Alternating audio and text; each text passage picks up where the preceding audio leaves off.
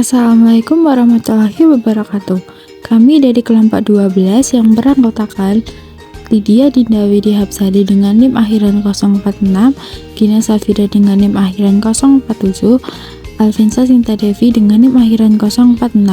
Di sini kami akan mempresentasikan deskripsi dari preparat mandiri yang telah kita cari, yaitu tumbuhan genjer, petikan kebo, markisa, hutan, dan mengkudu. Bagaimana sih penjelasannya? Yuk kita simak bersama. Di sini kita akan menjelaskan mengenai genjer. Genjer atau disebut juga kangkung laut, Hypnosaris flava adalah tumbuhan yang hidup di air tawar, terutama di daerah rawa-rawa, sungai, dan danau. Genjer yang kita temui ini berada di sawah belakang Asalam UMS. Untuk klasifikasinya yaitu yang pertama ada kingdom lantai, subkingdom Tracheobionta, superdivisi Spermatophyta, divisi Magnoliophyta, kelas Lilioxida, ordo Alismatales, famili Alismataceae, genus Limnosaris, dan spesies Limnosaris flava. Genjer juga memiliki nilai ekonomi yang cukup tinggi, terutama di Indonesia dan negara Asia Tenggara lainnya. Tumbuhan ini sering dijajikan sayuran yang biasa dimasak bersamaan dengan bumbu seperti santan, cabai, dan bawang. Adapun akar genjer berbentuk rintang atau akar tunggang, tergantung dari usia tanaman dan kondisi lingkungan tempat tumbuhnya. Rimpang genjer berwarna putih kekuningan dengan permukaannya kasar, sedangkan akar tunggangnya berwarna coklat kehitaman. Akar genjer tumbuh ke dalam tanah untuk menyerap air dan nutrisi. Batang genjer berbentuk ramping dan lebih pendek dari daunnya. Batang ini dapat tumbuh hingga mencapai ketinggian sekitar 1 meter. Permukaan batang genjer berwarna hijau kekuningan dan memiliki banyak ruas. Daun genjer berbentuk lonjong dengan ujung runcing dan berwarna hijau kekuningan. Daunnya memiliki ukuran yang bervariasi tergantung pada usia tanaman. Daun genjer tumbuh dari batangnya dan tersusun secara spiral. Permukaan daun genjer terlihat lebih mengkilap dan mengandung banyak klorofil. Bunga genjer berbentuk bongkol yang tersusun dalam kelompok. Bunga ini berwarna kuning kecoklatan dengan daun kelopak yang berjumlah 3. Bunga genjer mekar pada musim hujan dan dapat berlangsung dari awal musim hujan hingga musim kemarau. Ini kami akan menjelaskan mengenai petikan kebo. Petikan kebo merupakan tanaman liar yang biasa tumbuh di permukaan tanah yang tidak terlalu lembab dan ditemukan secara terpencar satu sama lain. Batangnya berambut berwarna hijau kecoklatan. Percabangan selalu keluar dari dekat pangkal batang dan tumbuh lurus ke atas. Akar tunggang dan jarang tumbuh mendatar di permukaan tanah. Daunnya berbentuk jorong meruncing sampai tumpul. Tepinya bergerigi dan berbulu di permukaan atas dan bawah. Panjang helaian daun mencapai 50 mm dan lebarnya 25 mm. Pertulangan menyirip, letak daun yang satu dengan yang lain berhadap-hadapan. Daunnya berwarna hijau atau kehijauan keunguan, sedangkan bunganya muncul pada ketiak daun. Tanaman petikan kebo mampu bertahan hidup selama 1 tahun dan berkembang biak melalui biji, bermanfaat sebagai obat-obatan. Klasifikasi dari petikan kebo yaitu divisi Spermatophyta, subdivisi Angiospermae, kelas Dicotyledon, ordo Zingiberales, famili Euphorbiaceae, genus Euphorbia, dan spesies Euphorbia hirta.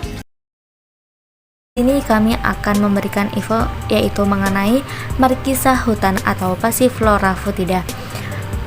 Passiflora foetida adalah tumbuhan merambat yang termasuk dalam keluarga Passifloraceae. Tumbuhan ini dapat tumbuh liar atau dibudidayakan di daerah tropis dan subtropis di seluruh dunia. Batang markisa hutan berbentuk merambat dan dapat mencapai panjang hingga 10 meter. Batangnya berwarna hijau dan berdiameter sekitar 1-2 cm. Akar markisa hutan berbentuk serabut dan tumbuh dangkal di permukaan tanah. Akar ini berfungsi untuk menyerap air dan nutrisi dari tanah. Daun markisa hutan berbentuk lonjong dengan ukuran sekitar 5-15 cm. Daunnya berwarna hijau tua dan memiliki tekstur yang kasar.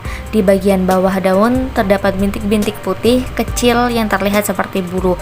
Bunga markisa hutan berbentuk unik dengan diameter sekitar 3-4 cm. Bunga ini memiliki kelopak yang berwarna hijau kekuningan dan mahkota yang berwarna ungu. Di tengah bunga terdapat struktur yang disebut korona, yang berbentuk seperti mahkota yang terdiri dari benang sarinya yang berwarna putih. Buah markisa hutan berbentuk bulat atau oval dengan diameter sekitar 2-3 cm. Buahnya berwarna hijau atau kuning kecoklatan saat matang dan memiliki daging buah yang berwarna oranye. Di dalam buah terdapat biji-biji kecil yang berwarna hitam. Buah markisa hutan memiliki rasa yang asam manis dan sering digunakan sebagai bahan baku minuman atau makanan ringan. Selain itu, buah markisa hutan juga memiliki kandungan nutrisi yang baik untuk kesehatan seperti vitamin C, vitamin A, serat, dan antioksidan. Berikut adalah klasifikasi ilmiah dari markisa hutan. Kingdom Plantae, Subkingdom Trachenobionta, Superdivisi Spermatophyta, Divisi Magnolophyta, Kelas Magnoliopsida, Ordo Malpighiales, famili Passifloraceae, genus Passiflora, dan spesies Passiflora foetida. Deskripsi dari tanaman mengkudu yang kami temukan di belakang kampus 1 UMS yang memiliki klasifikasi yaitu Kingdom Plantae, divisi Spermatophyta, subdivisi Angiospermae, klasis Dicotyledonea, subklasis Sympetale, ordo Rubiales, famili Rubiaceae, genus Morinda, dan spesies Morinda citrifolia. Deskripsi dari tanaman mengkudu merupakan tumbuhan berbentuk pohon dengan tinggi 4-8 meter, batang berkayu, bulat, kulit kasar, percabangan monopodial. Daunnya merupakan daun tunggal, bulat telur, ujung dan pangkal runcing. Duduk daunnya berhadapan, panjang 10-40 cm. Pada bagian atas berwarna hijau tua, pada bagian bawah berwarna hijau muda. Bunganya merupakan bunga majemuk dengan bentuk bonggol bersifat racemose, actinomorph, berkelamin tunggal atau bangkit, bertangkai benang sari 5 dan tetap bercakrap, berwarna putih. Buah bermacam-macam, permukaannya tidak teratur. Tangkai putih 1, panjang 5-10 cm. Pada saat muda berwarna hijau kekuningan dan pada saat tua berwarna putih keunguan. Reproduksi secara vegetatif tersebar di seluruh dunia, sebagian di daerah iklim tropis.